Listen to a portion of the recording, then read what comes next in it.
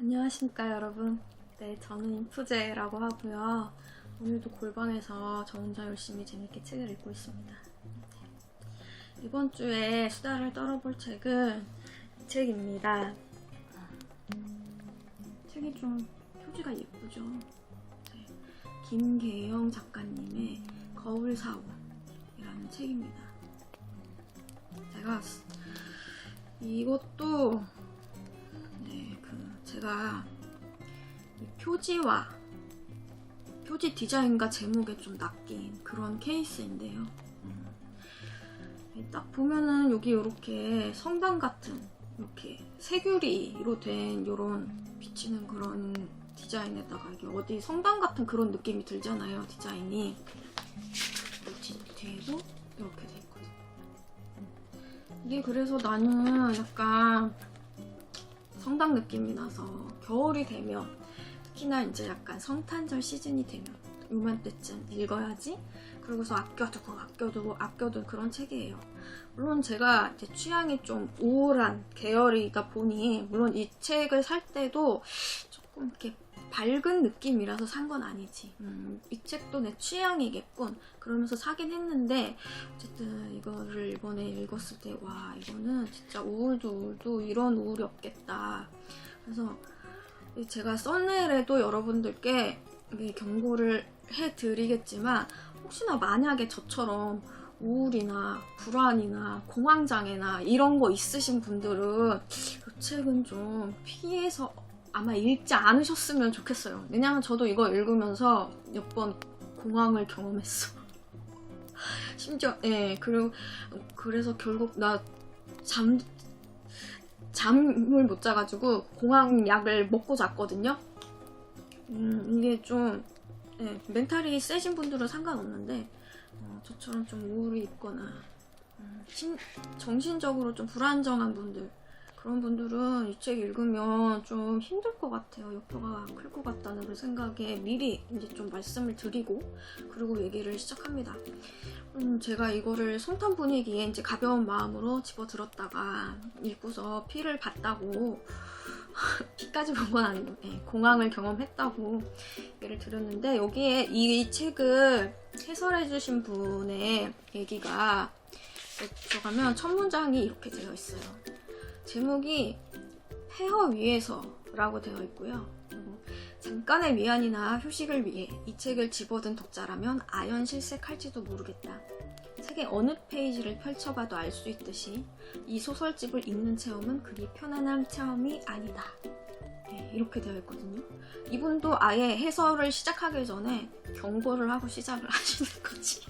이 책 그렇게 쉽게 읽기가 어렵다는 게 아니라 여러분들이 평소에 경험하지 못하는 그런 아주 굉장한 답답함과 고립감을 느끼게 해주는 책일 것이기 때문에 좀 각오를 하고 읽으셔야 할 겁니다. 김계영 작가님에 대해서 사실 잘 모릅니다. 그리고 검색을 해봤더니 이 책이 첫 소설집이라고 하고요. 이게 2018년도에 나온 작품이거든요. 그래서 보니까 지금까지도 이분의 다른 책은 없어요. 5년이 지난 거지. 다른 책은 없고, 그래서 이게 유일무이한 김계영 작가님의 소설집인데, 솔직히 좀 저는 이분이 이제 취향이라서 좀 관심이 가는 작가이기도 한데 다음 작품이 좀 기다려지는 그런 작가에 속하게 되었습니다. 저에게. 이 책 살펴보시면 최종 이 안에 7개의 단편으로 되어 있고요. 이제 첫 소설인 관용국 또 얘기를 하자면, 이 관용국이라는 게요, 한자 그대로 뭔가 가슴이 관통된 사람들의 이야기, 가슴이 관통된 사람들이 사는 나라라는 뜻이거든요. 그러니까 이게 중국의 신화에 나오는 이야기라고 합니다. 그래서 이 사람들은 너무 슬퍼서 가슴에 구멍이 뚫려 있는 거야. 그래서 아이를 키울 때도 그 구멍 안에서 키우고 구멍에다 이렇게 대고 키우고요. 사람이 죽어서 장례를 지낼 때요, 이렇게 나무 같은 걸 어깨에 지는 게 아니고 그 가슴을 관통해서 이렇게 지고 간다고 하더라고요. 슬픈 마음 때문에 이 휑한 마음, 그런 거를 좀 상징하지 않겠습니까? 그 가슴으로 이렇게 바람이 막 이렇게 통과하기도 하고 막 그런다고 하는데, 그래서 온통 그 마음 속에서는 이제 이런 공허가 살고 있는 그런 사람들이 사는 나라인 거죠. 관용국. 이 책의 이 단편의 그 배경도 중국입니다. 그리고 두 번째 단편이 이 표제적인 거울 사원인데요.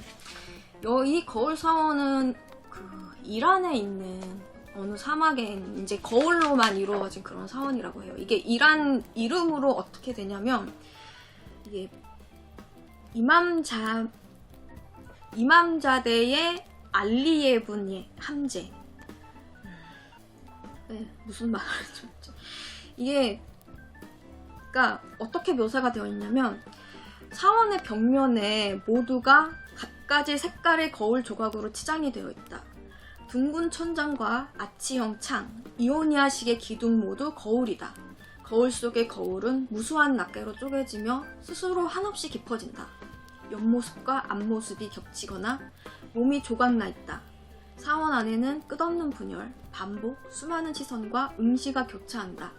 거울에 비친 모습은 뒤틀리고 일그러져 있다. 시선 중 어느 하나에 사로잡히게 된다면 영원히 그 사원을 빠져나오지 못한다.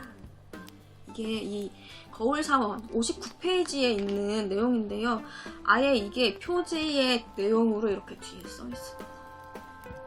이게 제가 지금 읽은 내용이 이렇게 써 있고요.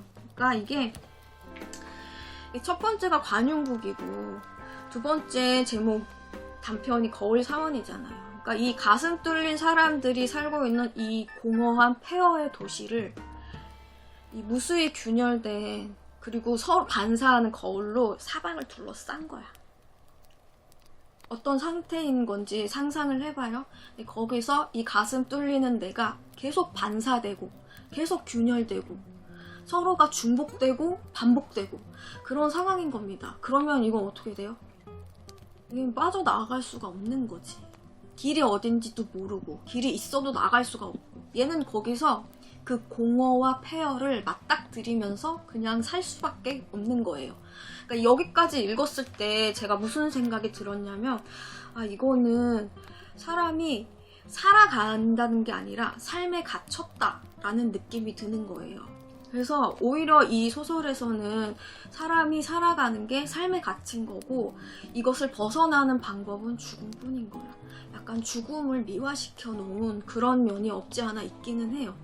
어쨌든 이런 식으로 해서 이 작가가 이 작품의 세계관을 구성을 해놓습니다. 그러니까 이 작가가 보는 이 세계가 굉장히 그런 공허하고 폐허된 세계가 반복되고 있는, 중첩되는 그런 세계인 거야. 이 작가가 맨정신으로 살고 있는 건지 모르겠어요. 정신이 멀쩡하신지 어떤지 모르겠습니다. 나는 여기까지만 읽어도 벌써 가슴이 답답하죠. 그래서 이런 상황을 구축을 해놓고 여기다가 이제 이거를 읽는 이제 독자인 나를 딱 그 안에 가둬놓는 거지.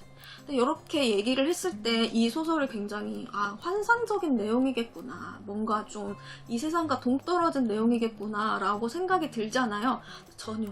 그 다음에 나오는 얘기는 무척 현실적인 얘기예요. 우리가 이 삶에서 충분히 겪을 법한 일, 그러면서도 너무나 무정하고 무감한 그런 세계인 거야. 그래서 여기 봄의 왈츠라는 작품이 세 번째 작품인데요. 여기서의 화자인 주인공인 K는 지금 전임 강사가 되기 위해서, 모교에서 전임 강사가 되기 위해서 지금 자기 담당 교수의 똥꼬를 빨아줘야 되는 상황인 겁니다. 지금 엄마는 서울에 있는 중환자 병실에서 생사가 오락가락하고 있어요. 근데 자기는 지금 뭐를 해야 되냐면, 지금 이 자기 교수 부부가 강원도로 여행을 가고 싶다 그래가지고 그 여행 계획을 짜가지고 운전해가지고 이 교수 부부를 데리고 이제 그 여행을 시켜주는 거야. 여행 가이드처럼. 그러다가 이제 전화를 받고 동생한테 전화가 와요. 엄마가 위독하다. 그래서 이거를 무시를 하려고 그랬어. 근데 그게 무시가 안 되잖아요. 그러니까 이 교수가 부부가 알았네. 그러니까 우리 이게 뭐 별로 뭐 재밌는 것도 없고 그러니까 돌아가자. 그래가지고 때에 이른 그 귀가를 하게 되는데요. 그 돌아가는 길에 여기가 지금 4월이거든요. 배경이 봄의 왈츠에 나오는 계절이. 그러니까 4월인데 갑자기 그 강원도 쪽이잖아요. 그러니까 거기 태백산맥 어딘가의 국도에서 갑자기 폭설이 내려가지고 지금 4월인데 폭설이 내려서 제설 국도니까 제설 작업이 빨리 안 돼가지고 지금 거기에 몇 시간째 갇혀 있는 겁니다. 근데 지금 계속 동생한테 연락 와요. 엄마 지금 상태가 이렇다 저렇다 이렇다 저렇다 지금 위험하다. 뭐 산소 마스크를 대냐 뭐 어떡하냐 막 이러고 있는 상태인데 이제 그 상태에서 이제 뒤에 교수는 그러니까 내가 고속도로로 가자고 하지 않았냐 막 이러면서 짜증을 내고 있고 지금 몇 시간째 굶었다 막 이러면서 배고프다고 짜증을 내고 있고 그런 상태인 겁니다. 그리고 이 K는 그런 생각을 하죠. 아, 내가 지금 잘 보여가지고 어떻게든 전임 강사 자리를 따내야 되는데 하필이면 이럴 때 왜 엄마가 그런 상황인 거예요. 그래서 눈이 지금 넘어와서 오도 가도 못하고 이거는 지금 길가에 있어도 눈에 갇힌 거죠. 이 갇힌 상황을 연출을 하고 있는 겁니다. 이런 내용이에요. 난 얘기하면서도 지금 막 숨이 턱턱 막히고 있어요. 여러분 괜찮습니까? 이렇게 더 얘기를 해볼게요. 그 다음 작품이 이게 4번째 작품인데요. 제목이 틈입니다. 여기서는 완전히 가족이 다 붕괴가 돼가지고 가족끼리의 그 가족 간의 유대는커녕 가족 간의 감정도 안 남았고요. 서로 너 때문이야 나 때문이야 서로 이제 복수하고 서로 해코지하고 그런 것만 남은 그런 가족인데요. 여기서의 주인공은 이제 올해 고3인 청년입니다. 남잔데요. 엄마가 수시로 이 학생을 이렇게 학대를 해요. 골프채 같은 걸로 막 이렇게 허벅지나 엉덩이 같은 데를 막 이렇게 때리는 것 같더라고요. 이제 어느 날 보는데 이 엄마가 이렇게 자기한테 이제 반찬을 이렇게 걸러주는 게 그게 너무 위선적으로 보이는 거야. 그리고 너무 웃긴 거야, 그게. 그래서 먹고 있다가 부엌에서 식칼로 엄마의 어깨를 찌릅니다. 근데 이 엄마가 피를 막 솟구치는데요. 이 청년은 엄마가 죽은 줄 알았어요. 그래가지고 거기를 나와서 이제 친구를 만나요. 친구들을 만나서 뭐 이런저런 얘기를 하고요. 결국 나중엔 엄마가 죽어요. 죽었는데 그거는 이제 엄마가 그 아빠랑 지금 별거 중이거든요. 아빠는 지금 새 마누라랑 살고 있고 아무튼 그런데 엄마가 그 아빠를 불러가지고 이게 다 너 때문이다 막 그러다가 아빠가 결국 목을 졸라서 엄마를 죽였답니다. 그러니까 엄마는 죽었고 아빠는 지금 이제 교도소에 가 있는 그런 상태입니다. 근데 이 청년은 그렇게 무감할 수가 없어요. 그러니까 자기 친구들하고도 그 죄책감 없이 잘 지내고요. 심지어 수능도 잘 봤답니다. 그래가지고 이제 그 학교에 있는 기숙사에서 친구들이랑 막 이렇게 얘기를 하면서 니들은 내가 우리 엄마를 죽였다고 해도 나랑 더 이상 친구를 안 해줄 거니? 막 이런 식으로 얘기를 하면서 그러니까 이게 되게 무감하고 무정하죠. 이런 가족의 모습이 여기서도 답답해요. 그러면서 이 청년은 이제 얼마 전에 자살한 자기 친구를 이렇게 떠올립니다. 그 자기 친구가 학교 나무에서 목을 매달아 자살을 했거든요. 그래서 저 친구가 목을 매달았을 때 기분이 어땠을까 막 그런 거를 생각을 하면서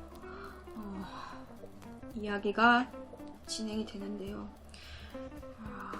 아무튼 이것도 읽으면서 참 답답해요. 그러니까 이게 10대 소년이라서 이렇게 무정할 수가 있다라고 보기에는 좀 진짜 너무 엄마를 칼로 찔러놓고 어떻게 이렇게 애가 태어날 수 있나 그런 게 느껴지는 그런 단편이었고 그 다음에 이제 이 5번째 작품이 개와 늑대의 시간이라는 작품이 나옵니다.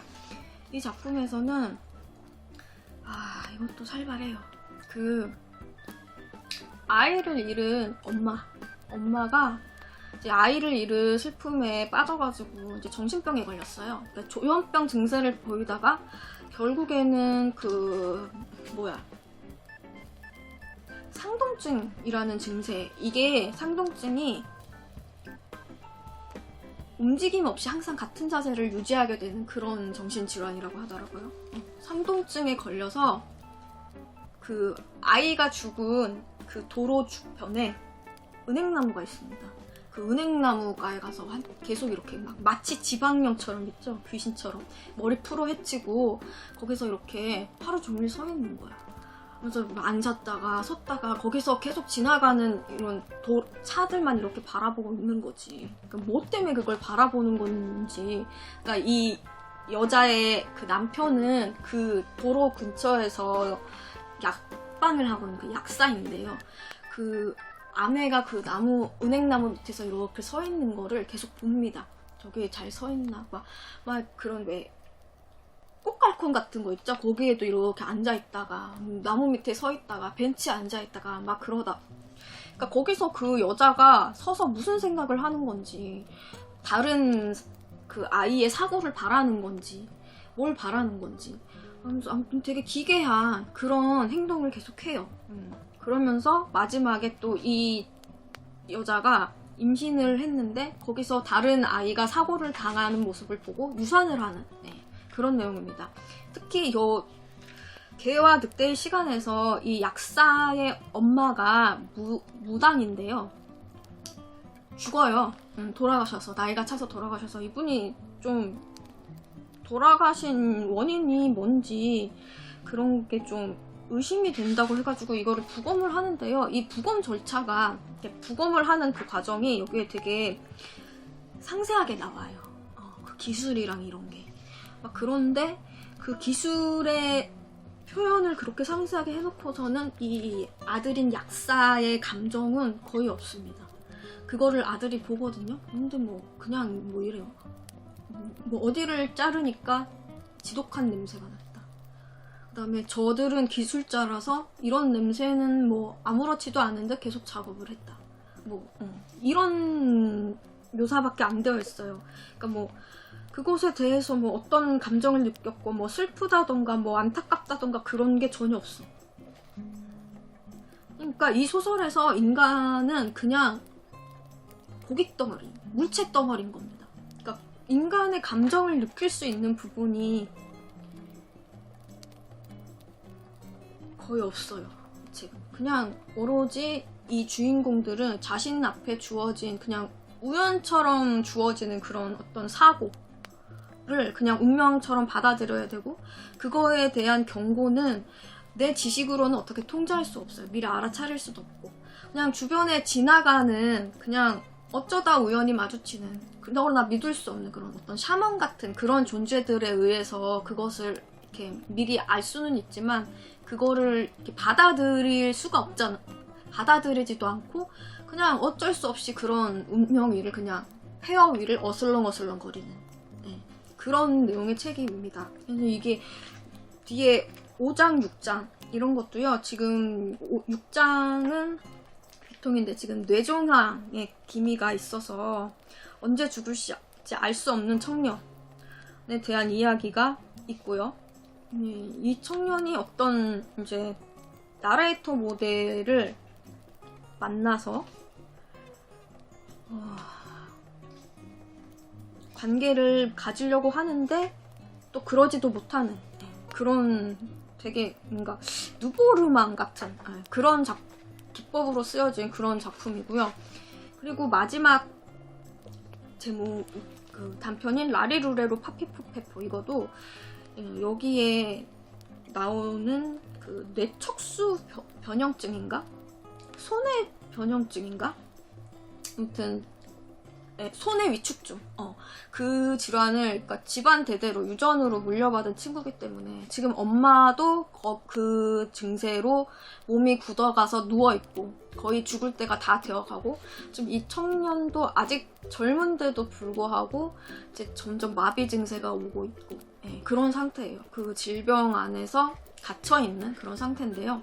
그러니까 이렇게 해가지고 다들 여기에 나와 있는 주인공들이 어떤 상황에 갇혀 있어요. 그래서 벗어나지 못하고 그 운명을 받아들이면서 그냥 저냥 살아가야 되는 그런 상황에 갇혀 있는 사람들의 얘기인데요. 근데 이런 주인공들을 그 거울 사원 안에 가둬놓고 그 가슴을 이제 뻥뻥 다 뚫어놓은 거지. 이게 이런 식으로 구성이 되어 있는데 이게 순서도 이게 좀 뭐랄까 의미심장한 게 뭐냐면 그 두 번째 단편인 거울사원, 그 다음에 마지막 두 번째 단편인 거울사원과 그 여섯 번째 작품인 귀통이라는 작품에서 여기서는 이제 거울이 메타포로 사용이 돼서 그 거울과 누보르망 작법으로 이렇게 그 작품의 그 세 번째, 네 번째, 다섯 번째 작품을 이렇게 감싸고 있어요. 그런 다음에 이 첫 번째 작품인 이 관용국하고 이 마지막 작품인 라리루레로 파피푸피포 이것도 배경이 여기는 티벳이거든요. 그러니까 그리고 이 관용국은 중국. 그러니까 뭔가 되게 허한, 공허한 그런 환경으로 그 거울을 또 이렇게 둘러싸 있는 거지. 얘들은 벗어나도 허한 거야. 폐허고 공허인 거야. 이런 세계관을 이 김계영 작가님께서 여기다 이제 구축을 해놓으신 거예요. 네, 도망을 갈 수가 없는 거지. 그 안에서 이제 이런 운명을 계속 받아내면서 반산해내면서 중첩해가면서 그러면서 살 수밖에 없는. 어때요 여러분? 이렇게 얘기를 듣고 있으니 이 얘기가 굉장히 좀 물론 우울한 건 당연한 거고 읽는 내내 굉장히 답답하면서 숨통이 조여오는 그런 느낌이 들지 않습니까? 전 특히나 이 봄의 왈츠? 이거 읽을 때는 진짜 공황 오는 줄 알았습니다. 너무 숨이 막히더라고요. 이런 그냥 문자로, 그러니까 소설가들은 참 대단한 것 같아요. 이게 그냥 앉아서 문자를 읽는데 이런 정신질환을 경험을 하게끔 이렇게 작품을 만들 수가 있는지 좀 대단한 것 같아요. 그러니까 이 작가분이 이런 세계관을 구축을 해놓으셨잖아요. 이 작품을, 이게 첫 번째 작품이란 말이에요. 아마 이 다음 작품이 나온다면 그 작품도 이 세계관 안에서 그 사건이 진행이 될 것 같은데 상당히 궁금하거든요. 그래서 저는 이 작가분의 다음 작품이 나오면 꼭 읽어볼 생각인데 글쎄 나올지 어떨지 모르겠습니다. 지금은 아직 작품이 없네요. 이런 세계를 이제 구축을 해 놓으셨으니 그 안에서 일어나는 더 이제 지독한 일들을 빨리 접할 수 있게 해주셨으면 좋겠는데 저는 이런 거 잘 우울한 소설을 잘 읽긴 합니다. 근데 이거는 제가 읽은 소설 중에서도 참, 그러니까 올해 읽은 소설 중에서도 역대급으로 좀 읽어내기가 힘든 그런 경험이었던 것 같아요. 그래서 다시 한번 말씀드리지만 책은 혹시나 우울이나 뭐 불안이나 공황 같은 그런 정신질환을 앓고 계신 분들은 읽지 마시고 그냥 멘탈이 세시거나 아니면 그분들이 어떠한 심정으로 살고 있는지 한번 좀 경험하고 공감해보고 싶으시다면 한 번쯤 경험해 보시는 것도 나쁘진 않지 않을까. 저는 되게 인상 깊게 읽었어요. 재미라기보다는 상당히 힘들지만 그래도 인상 깊게 읽었는데 이게 지금 이 시즌에 나는 이 시즌에 어울리는 맛으로 뭔가를 읽고 여러분들께 얘기를 해드리고 싶었는데 그렇게 되지가 않아서 좀 그게 아쉽습니다. 아무튼 잘 읽었고요. 김계영 작가님의 다음 작품을 기대해봅니다. 영상 봐주셔서 감사하고요. 저는 다음에는 또 더 다른 작품으로 여러분들께 찾아올 수 있도록 할게요. 안녕.